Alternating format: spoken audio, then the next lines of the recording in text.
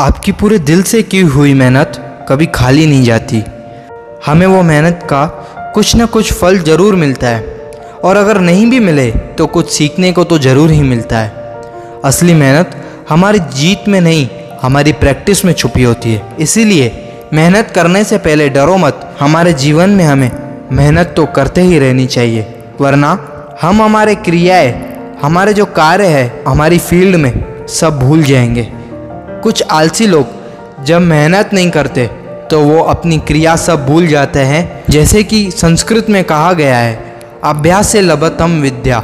जब तक प्रैक्टिस नहीं होगी या मेहनत नहीं होगी तो सब कार्य आप भूल जाएंगे। कुछ लोग कहते हैं हमें सब आता है, हम सब कर सकते हैं। अगर आप मेहनत ही नहीं करोगे, अगर आप उसका अभ्यास ही नहीं करोगे, उसकी प्रैक्टिस ही नहीं करोगे, तो वो आपकी क्रिया आपको कोई फल नहीं देगी। हमें मेहनत भी कंसिस्टेंसी से करनी है, बीच में हमें रुकना नहीं है, क्योंकि वह मेहनत ना करने के बराबर हो जाएगी। सोचो, अगर ट्रेन का सफ़र 2000 किलोमीटर का है और वह अगर 300 किलोमीटर पर ही जाकर रुक गई तो क्या होगा। सोचो, अगर डॉक्टर ऑपरेशन कर रहा है और वह बीच में ही रुक गया तो क्या होगा। यह काम उनके काम ना करने के बराबर हो जाएगा।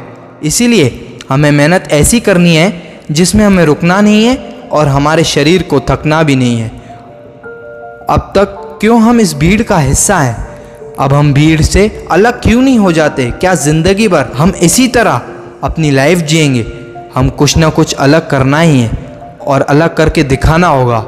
यह सब होगा तभी जब हम दिल लगाकर मेहनत करेंगे। एक बार की बात है, राजा इंद्र को किसानों के प्रति वैर भाव आ गया और राजा इंद्र ने किसानों को कह दिया कि आज से मैं 12 वर्ष तक धरती पर वर्षा नहीं होने दूंगा, कभी बरसात नहीं होने दूंगा। आज से धरती पर बारिश होना बंद हो जाएगी। सभी किसान यह सुनकर घबरा गए और राजा इंद्र के पास जाकर कहने लगे, भगवान, जब बरसात होगी नहीं तो हमारी धरती कैसे चलेगी? हम खेती कैसे करेंगे? हमारे पृथ्वी के लोगों के पास अन्न कैसे जाएगा? हमारी पृथ्वी तो नष्ट हो जाएगी, यहाँ तक कि हमारे परिवार भी नष्ट हो जाएंगे। पर राजा इंद्र ने उनकी एक बात न मानी और उनको कहने लगे कि बस आज से 12 वर्ष तक बरसात नहीं होगी, और अगर तुम बरसात चाहते हो तो भगवान शिव के पास जाओ और उनको जाकर कहो कि वो अपने डमरू की ध्वनि से धरती पर बरसात लाए। वो अपना डमरू बजाएंगे तो धरती पर अवश्य ही बरसात होगी। किसान उनकी ये बात सुनकर भगवान शिव के पास गए और शिव जी को कहने लगे, भगवान, राजा इंद्र ने धरती पर बरसात होने के लिए मना कर दिया है। अब हम आगे की ज़िंदगी कैसे जिएंगे? आप ही अपने डमरू की ध्वनि से धरती पर बरसात ला सकते हैं। कृपा कर आप अपना डमरू बजाइए। पर उन किसानों को यह न पता था कि राजा इंद्र ने भगवान शिव को पहले से ही वरदान मांग लिया था कि अगले 12 वर्ष तक आप अपना डमरू न बजाएं। यह कारण से ही भगवान शिव ने किसानों को कह दिया, मैं अपना डमरू आगे के आने वाले 12 वर्ष तक नहीं बजा सकता।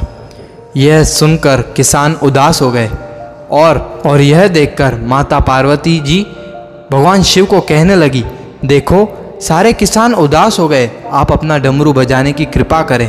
पर भगवान शिव ने उनकी भी ना सुनी और सीधा सीधा मना कर दिया, क्योंकि उन्होंने वचन दिया था कि अगले 12 वर्ष तक मैं डमरू ना बजाऊंगा। यह देखकर सभी किसान उदास हो गए और धरती पर वापस लौट आए और अपने अपने घरों में जाकर रहने लगे। अब वो किसान कुछ कार्य नहीं करते रहे। जो उनके घर पर अन्न पड़ा था, कई दिनों तक उसी से काम चलाते थे, पर खेत में जाते ही नहीं थे। पर उनमें से एक किसान ऐसा था, वह नियमित रूप से अपनी खेत में जाता और नियमित रूप से हल चलाता, नियमित रूप से अनाज बोता। वह कार्य सब नियमित रूप से करता था। वह रोज सुबह जाता था और शाम को अपने घर पर मेहनत कर कर आता था। यह सब देखकर किसान उसका मजाक उड़ाने लग गए और उसको कहने लगे कि तू भी तो चला था देवों के पास, तूने सुना भी तो था कि 12 वर्ष तक वर्षा नहीं होगी, तो क्यों कर रहा है इतनी मेहनत? जब वर्षा ही नहीं होगी तो तेरे खेत में अनाज कैसे उगेगा? पर वह किसान उनको जवाब न देता। ऐसा कई दिनों तक चलता रहा और एक दिन एक वृद्ध इंसान ने उससे प्यार से पूछा, बेटा क्यों कर रहा है ऐसा? जब तुझे पता है कि वर्षा नहीं होगी तो क्यों खेती कर रहा है? इसका मतलब क्या है जब तेरा अनाज उगेगा ही नहीं? तो उनकी बात सुनकर वह किसान कहने लगा कि मैं अगर ये मेहनत नहीं करूँगा तो 12 वर्ष तक मुझे कुछ याद ही नहीं रहेगा। मैं यह सब करना भूल जाऊँगा, मैं खेती करना भूल जाऊँगा और मुझे एक यही चीज़ आती है जिसे मैं सही ढंग से कर सकता हूँ। अगर मैं यही भूल जाऊँगा तो आगे 12 वर्ष के बाद मैं अपने परिवार का पालन पोषण कैसे करूँगा?